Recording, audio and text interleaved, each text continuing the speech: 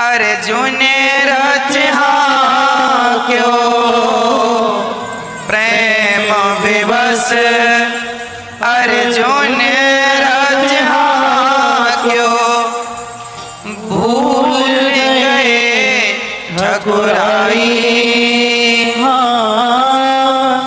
भूल गए ठकुराई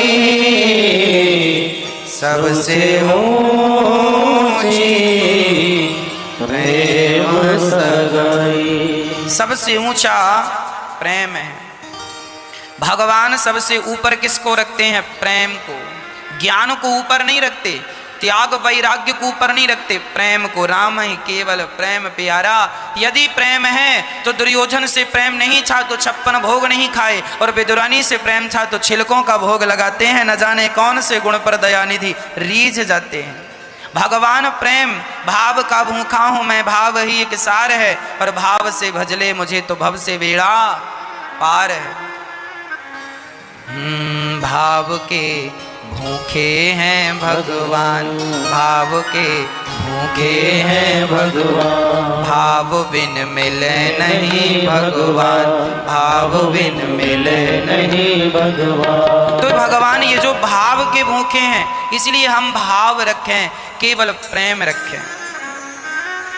अब भगवान जब धरती छोड़कर चले, धराधाम छोड़कर, तब भगवान ने जाते वक्त विदुर जी को याद किया, और विदुर जी महाराज ने मैत्रेय जी से कहा कि भगवान ने जाते वक्त जो कहा है वो हमें बताओ, क्योंकि उद्धव जी मिले थे पर वो बताने में कुछ सामर्थ्य नहीं, अर्थात वो गला भर जाता था वियोग में। विदुर जी ने मैत्रेय जी से प्रश्न किया है, हे गुरुदेव, सुखाय कर्माणि करोति लोको न तै सुखं वान्यदुपारवं वा विन्देत भूयस्तत एव दुःखं यदत्र युक्तं भगवान वदेन्नः। सारी दुनिया सुख के लिए काम करती है पर मिलता है दुख। हर आदमी चाहता है हम सुखी हो जाएं, पर मिलता दुख है। क्यों? क्योंकि संसार में जो आया है उसे दुख उठाना ही पड़ेगा, कोई क्यों ना हो। इस दुनिया में ऐसा कौन है बताओ जिसके जीवन में दुख ना मिला हो? आपकी गलतियां यही है कि आप सुख की कामना करते हैं, सुख की चाहत ना रखा करो और दुख की चाहत भी ना रखा करो। ईश्वर जहाँ जहाँ जैसे जैसे रखते चलें, उनकी मर्जी में मस्त रह के जीवन जिया करो, अपने ढंग से नहीं, भगवान के ढंग से जीवन जिया करो। आज हमने क्या खाया? आज हमने वही खाया जो हमारे श्याम सुंदर ने खिलाया। आज आपने क्या खाया? आज आप कहेंगे आज तो हमने ये खाया ना, आज हमने वही खाया जो हमारे श्याम सुंदर ने खिलाया। आज क्या पहना? आज वही पहना जो श्याम सुंदर ने पहनाया। आज क्या कहा? वही कहा जो श्याम सुंदर ने कहलाया। हम तो अपने जीवन को शून्य कर चुके हैं, हमारा तो कोई अस्तित्व नहीं।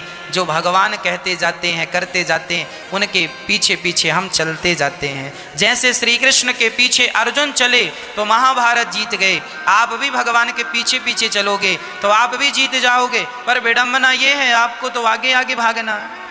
बारातियों को देखता हूं मैं, दुल्हा पीछे रह जाता, बाराती आगे निकल जाते। ये वही बारात है दुनिया वाली, दुल्हा पीछे रह गया जिसकी बारात में आए हैं, और ये नाचने वाले बाराती आगे आगे नाच रहे हैं। ये गलत है। भगवान ही दुल्हा है, हम ही बाराती हैं। बारातियों को भगवान अर्थात दुल्हे से पीछे रहना चाहिए। हम भगवान से जब तक पीछे रहेंगे तब तक सुरक्षित रहेंगे, और यदि आगे आगे चतुराई से भाग गए तो वहीं से पतन स्टार्ट हो जाता है। जो जो आगे हुआ है भगवान से, बस उसका पतन हुआ है। इसलिए हम अपनी मर्जी रखते ही नहीं है, हमारी अपनी कोई मर्जी नहीं। कल क्या खाएंगे? जो राम जी खवाएंगे। कल क्या खाओगे? जो राम जी खिलाएंगे। कल कहाँ जाओगे? जहाँ राम जी ले जाएंगे। मैं तो राम जी की मर्जी का गुलाम हूँ, मैं गुलाम। जैसे भारत के लोगों ने अंग्रेजों की गुलामी की, मुगलों की गुलामी की, अब भी वक्त है भगवान राम और भगवान कृष्ण के गुलाम हो जाओ। यदि इनके गुलाम हो गए तो लिखित में दूंगा, फिर तुम्हें कोई गुलाम नहीं बना सकता। और यदि इनके गुलाम ना हुए तो फिर जमाने की गुलामी करते रहना।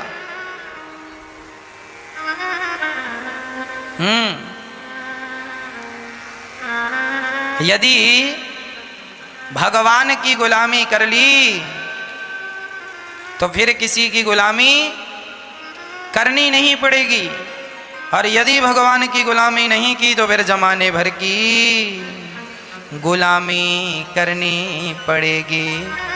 अपने सब रूठें चाहे हो बदनामी, अपने सब रूठें चाहे हो बदनामी, श्याम सुंदर की मैंने कर ली गुलामी, अपने सब रूठे। तुम्हें रूठना है रूठ जाओ, पर हम तो गुलाम हैं अपने कृष्ण के, हमें किसी के गुलाम होने की क्या जरूरत है ना। अरे भगवान की हम गुलामी कर लें तो फिर हमें कोई गुलाम नहीं बना सकता। इसलिए गुलामी किसकी मैया? भगवान की। इसलिए हम अपनी मर्जी से कुछ ना किया करें। गुलाम आदमी अपनी मर्जी से कुछ नहीं करता। जो गुलाम होता है ना वो मालिक की इच्छा से चलता है। सही है या नहीं? तो जब भगवान के गुलाम हो गए तो फिर अपनी इच्छाओं को समाप्त कर दो और जिसके गुलाम हो अर्थात कृष्ण के, उनकी इच्छाओं के अनुसार अपने आप को चलाओ, फिर देखना जीवन में कितना आनंद मिलता है।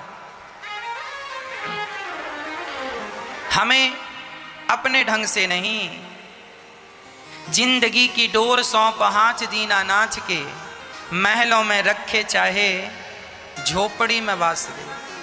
जहां राम जी रखेंगे वहां हम रहेंगे। महलों में रखेंगे तो महलों में, और झोपड़ी में रखेंगे झोपड़ी में। भगवान विदुरानी पर कृपा करते हैं और जब विदुर जी महाराज मैत्री जी से प्रश्न करते हैं भगवान सृष्टि कैसे करते हैं, तब कहा देखो भगवान नारायण से ब्रह्मा जी की उत्पत्ति हुई। कमल की नलिका में जाकर ब्रह्मा जी ने अपना पता लगाया पर पता लगा ना सके मैं कहाँ से आया हूँ। तब ब्रह्मा जी को भगवान ने तप करने को कहा, तप किया। फिर ब्रह्मा जी ने 10 प्रकार की सृष्टि रची। पहली सृष्टि महातत्व की, दूसरी सृष्टि ब्रह्मा जी ने अहंकार की, तीसरी भूत सर्ग की, चौथी इंद्रियों की, पांचवी मन और देवताओं की, छठी अविद्या की, सातवीं वृक्षों की, आठवीं पशु पक्षियों की, 9वीं मनुष्यों की और 10वीं देवता पितर असुर गंधर्व अप्सरा इत्यादि। ऐसे ब्रह्मा जी ने सबको रचा बनाया, पर ब्रह्मा जी को शांति नहीं मिली। ब्रह्मा जी जब सनकादियों को प्रकट की और कहा सृष्टि करो, उन्होंने इनकार किया तो ब्रह्मा जी को गुस्सा आया। तो भ्रकुटी से रोता हुआ बालक पैदा हुआ जिसे शिव कहा गया, रुद्र कहा गया। भागवत जी के अनुसार ब्रह्मा जी से ही शंकर जी का प्राकट्य है। शिव पुराण में शिव जी से सबका बताया गया है कि उनसे सब उत्पन्न है। अब आप ये कहेंगे कि महाराज जी अलग अलग मतभेद क्यों हैं? मतभेद नहीं है, कल्प भेद है। ये बात बड़ी गहरी है, आज मैं आपको स्पष्ट कर दूं। मैया जी, ओ मैया ध्यान दे दो मेरी माँ। 3 लोग एक ही हैं, भगवान नारायण, ब्रह्मा और शिव, जिसे ब्रह्मा विष्णु महेश कहते हैं। ये 3 नहीं है। हरि हरि और न भेदः, हरि और हर में कोई भेद नहीं है। हरि मतलब नारायण और हर मतलब शंकर जी। हरि हरि और न भेदः, हरि और हर में कोई भेद नहीं है। शंकर जी में और विष्णु जी में कोई भेद नहीं है, यह एक ही है। 3 काम करने के लिए 3 रूपों में विभक्त हो गए। आज लोग ये समझते हैं कि शंकर जी की हमारे इष्ट तो शंकर जी हैं महाराज जी, अब हम राम राम जपें कि ना, नारायण नारायण जप लें कि नहीं जपें। क्योंकि हमारे इष्ट तो शंकर जी, ऐसा लोगों का प्रश्न होता है। अरे भाई, आपके इष्ट भले शंकर जी हैं, पर आप नारायण नारायण जपेंगे तो कोई बुराई नहीं है। भगवान के ही नाम इतने हैं, है ना। भगवान का नाम शिव। शिव किसका नाम है? किसका नाम है? शिव, शंकर जी का। भगवान नारायण का नाम भी शिव है, शिव नाम, शिवदम। तो भगवान के नाम अनेक हो सकते हैं, रूप अलग अलग हो सकते हैं, पर भेद बिल्कुल नहीं है।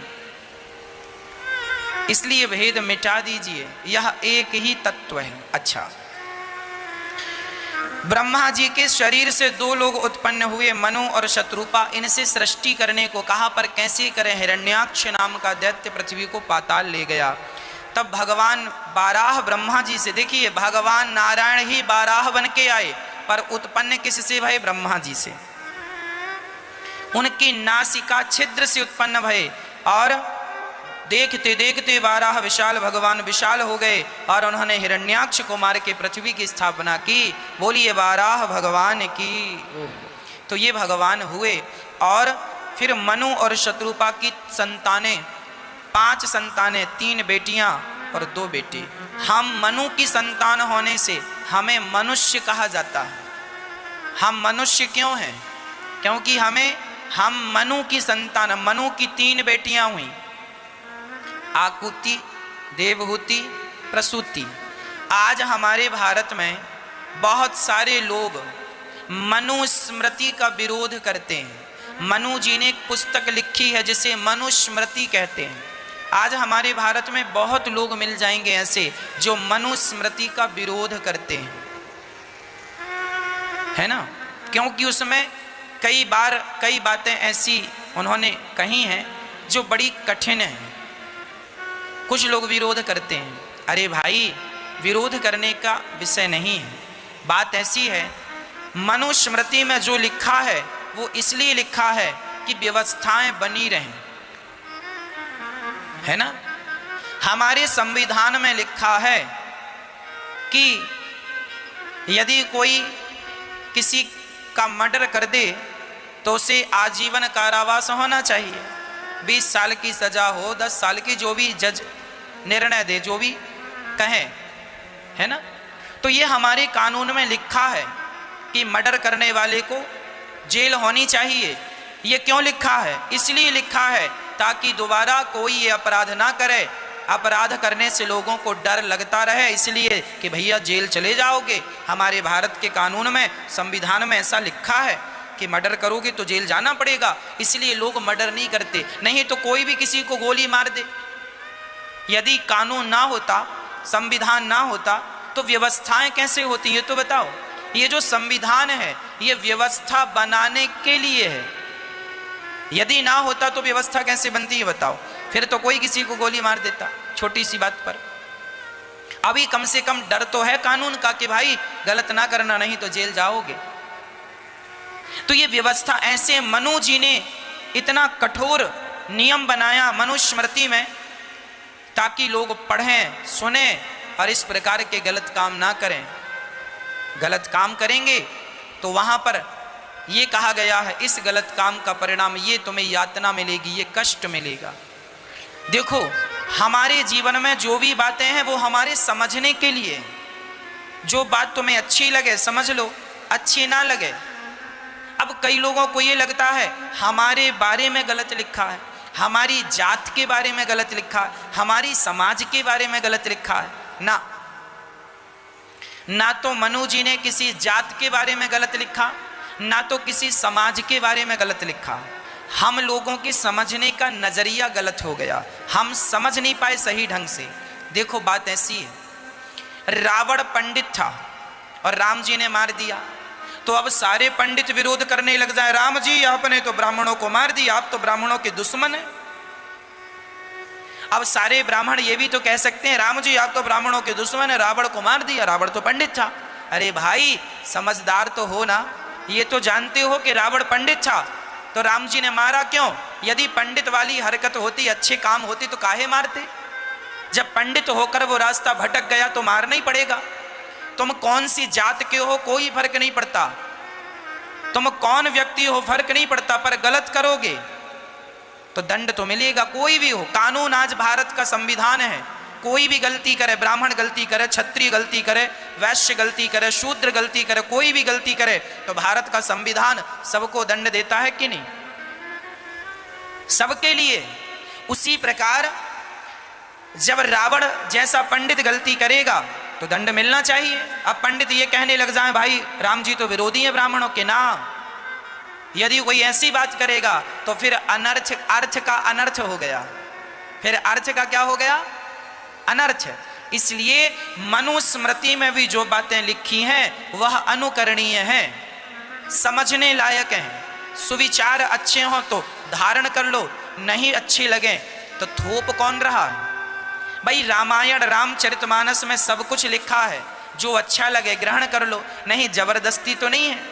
मनुस्मृति में जो लिखा है अच्छा लगे ग्रहण कर लो, अच्छा नहीं लग रहा है तो मत ग्रहण करो। अब कुछ लोग विरोध करने लग जाते हैं। विरोध देखो, ये हमारे प्राचीन धर्म ग्रंथ हैं, ये इसलिए लिखे और बनाए गए हैं ताकि व्यवस्थाएं बनी रहें, है ना। अब लोग अर्थ नहीं जानते और अनर्थ कर। दोनों सही हो अपनी अपनी जगह, झगड़ा ना करो, अपना ध्यान करो, अपनी भक्ति बढ़ाओ। झगड़ा करने से क्या होगा? अब हम कहें कि हम अच्छे हैं तुम बुरे हो, इससे क्या सिद्ध कर लेंगे हम आपको बुरा साबित करना चाहें, सिद्ध करना चाहें तो इससे हमारा क्या फायदा है? कई लोग ना, आपने जैसे ट्रेन में यात्रा की, कई बार आप ट्रेन में बैठ जाते हैं और आपके सामने वाली सीट में कोई बात विवाद चल रहा होता तो आपको बड़ी खुजली होने लगती, हम भी कूद पड़े इस विवाद में, हम भी होशियार बन जाएं जरा। ए साहब तुम कुछ नहीं जानते, सुनो हम सब जानते हैं। देखो, मूर्खों से माथा पच्ची करने से कोई फायदा नहीं। मूर्खों को ज्ञान नहीं देना चाहिए, ज्ञान वहां देना चाहिए जहां आपको सुनने वाले हों, समझने वाले हों। आपको क्या लगता है हम अपनी होशियारी दिखा दें, ये लोग भी हमारी रिस्पेक्ट करें? सामान्य नहीं है, बड़ा वजनदार आदमी है, जानता है, सब जानता। आप लोग अपनी इज्जत बनाने में लगे रहे। कहां तुम दो कौड़ी के लोगों से अपनी इज्जत बना रहे हो? वो झगड़ा करने वाले लोग, क्या बात करोगे उनसे? सबके मुंह नहीं लगना चाहिए, सबसे बातें नहीं करनी चाहिए, सबको ज्ञान नहीं देना चाहिए। जो ज्ञान का अधिकारी हो उसे ज्ञान देना चाहिए। अधिकारी नहीं है और ज्ञान दोगे कोई मूल्य नहीं। एक चिड़िया ने बंदर को ज्ञान दे दिया। एक बंदर ठंडी में ठिठुर रहा था, पानी बरसे में भीगा था। चिड़िया ने कहा, क्यों रे बंदर, मैं इतनी छोटी सी चिड़िया हो कि अपने लिए घोंसला बना लेती हूँ और तू इतना बड़ा बंदर हो कि अपने लिए एक छोटा सा घोंसला भी नहीं बनाता, ठंडी में ठिठुरता रहता है। बंदर बोला, ए चिड़िया बड़ा ज्ञान दे रही, अभी देखता हूँ। बंदर गया और चिड़िया का घोंसला उठा के तोड़ फोड़ के फेंक दिया, ले मुझे ज्ञान देती है। तो गलत आदमी को ज्ञान दोगे तो ऐसे ही होगा। चिड़िया ने ज्ञान किसे दिया? बंदर को दिया, और दिया तो जो उसका घोंसला था उसे भी उसने तोड़ दिया। तो गलत आदमी को ज्ञान दोगे तो यही होगा। इसलिए ज्ञान देने के पहले यह देख लो कि यह व्यक्ति ज्ञान लेने के अधिकारी है या नहीं है। जो समझे उसे समझाओ, जो समझे ही ना। रावण को सबने समझाने का प्रयास किया था, हनुमान जी ने, अंगद जी ने, मंदोदरी जी ने, माल्यवंत ने, विभीषण ने, स्वयं भगवान राम ने, सबने समझाया, पर वो अपने से होशियार किसी को समझते ही नहीं है। उसे लगता मैं 10 सिर वाला हूं, मैं, ये तो एक खोपड़ी वाले हैं, मैं 10 खोपड़ी वाला हूं। उसे लगता मैं सबसे ज्ञानी हूं, मैं सबसे समझदार हूं। पर याद रखना, इंसान का यही अहंकार उसके विनाश का कारण हो जाता है। इसलिए वहां बोलना चाहिए जहां बोलने की जरूरत हो। आप सब जगह बोल के क्या करेंगे? मौन रहो तो ही अच्छा है, कम से कम विष मत घोलो। बोलो यदि पहले तुम तौलो, फिर मुख को खोला करना। पुष्प नहीं बन सकते हो तो कांटे बनकर मत रहना। जहां जरूरत है बोलने की खूब बोलिए, जहां चुप रहने की जरूरत है वहां चुप रहिए। कई बार ना, अच्छा कई बार क्या होता है, दो लोग झगड़ा करते हैं, माना कि सास बहू झगड़ा, एक पड़ोसन चली गई। अब सुनना जरा, मैं गृहस्थी की विवाद सुना रहा हूं, आपके साथ ऐसा होता है।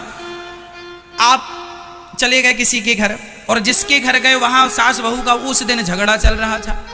अब दोनों सास बहू बैठी झगड़ा कर रही हैं और तुम्हें बिठा लिया। अब बहू कह रही है मौसी बताओ हम सही हैं कि नहीं। अब यदि आपने बहू की तरफ सिर हिला दिया तो मालिकन बिगड़ जाएगी। और मालिकन ने कहा बहन देख जरा ये बहू आज की और हमें आंख दिखा रही है, और जरा तुमने उसकी तरफ सिर हिला दिया तो बहू बिगड़ जाएगी। अब बताओ पड़ोसी को क्या करना चाहिए। ऐसा होता है कि नहीं, दो लोग आपस में झगड़ा करते हैं और देखते आपकी तरफ है कि आप कोई निर्णय करेंगे, और वो ऐसे लोग हैं कि आपने एक की तरफ निर्णय दे दिया तो दूसरा नाराज। इसलिए ये मूर्ख लोग हैं, इनमें से किसी की तरफ निर्णय देना सही नहीं है। ये खतरे से खाली नहीं है, ये कल एक हो जाएंगे और तुम्हें गलत साबित करेंगे। कल पति पत्नी के झगड़े में तीसरा जो बोले वो महामूर्ख।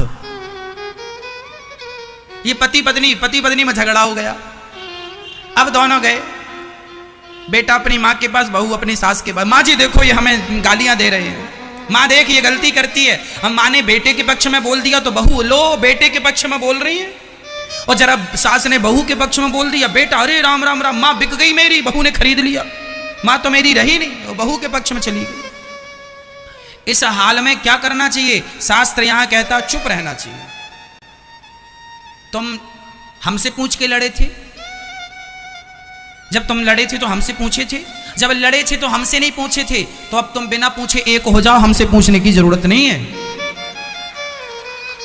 हमसे पूछ के लड़े होते तो हम तुम्हारा उत्तर देते। लेकिन कुछ ऐसे लोग होते हैं जैसे सास बहू, बेटा बहू का झगड़ा हुआ, ससुर जी कूद पड़े, मैं बड़ा मुखिया हूं, मैं न्याय करूंगा, और तुम्हारे न्याय के चक्कर में न्याय वाय कुछ होता नहीं, आग और लग जाती है। बड़हू कूद पड़े जबरदस्ती, कुछ ज्ञान व्यान है नहीं गृहस्थी चलाने का, कूद पड़ते हैं कहीं भी। और सास कूद पड़ी, मेरे बेटे को कह रही है काहे बुढ़ापा बिगाड़ रही हो, पानी भी बहू ही देगी, बेटा को समय नहीं मिलता पानी वानी देने का। बहू से दोस्ती करके चलो, बना के चलो, बनाने के लाख फायदे हैं, बिगाड़ने का एक भी नहीं है। बेटा काम धाम में रहेगा, मरोगी तो बहू आएगी पानी देने, कोई नहीं आएगा, ना बेटी आएगी ना बेटा आएगा। बहू काम आती है क्योंकि बहू 24 घंटे घर में रहती है, और सासें समझती नहीं है, सासें बहू से बिगाड़ लेती हैं, और बाद में मरने के टाइम चिल्लाती हैं पानी नहीं मिला, पानी नहीं मिला। तुम्हारे व्यवहार ऐसे हैं, तुम्हें पानी देगा कौन? कौन देगा पानी? इसलिए हम कहते हैं बनाओ, दोस्ती बनाने के लाख फायदे हैं, रिश्ते बनाने के लाख फायदे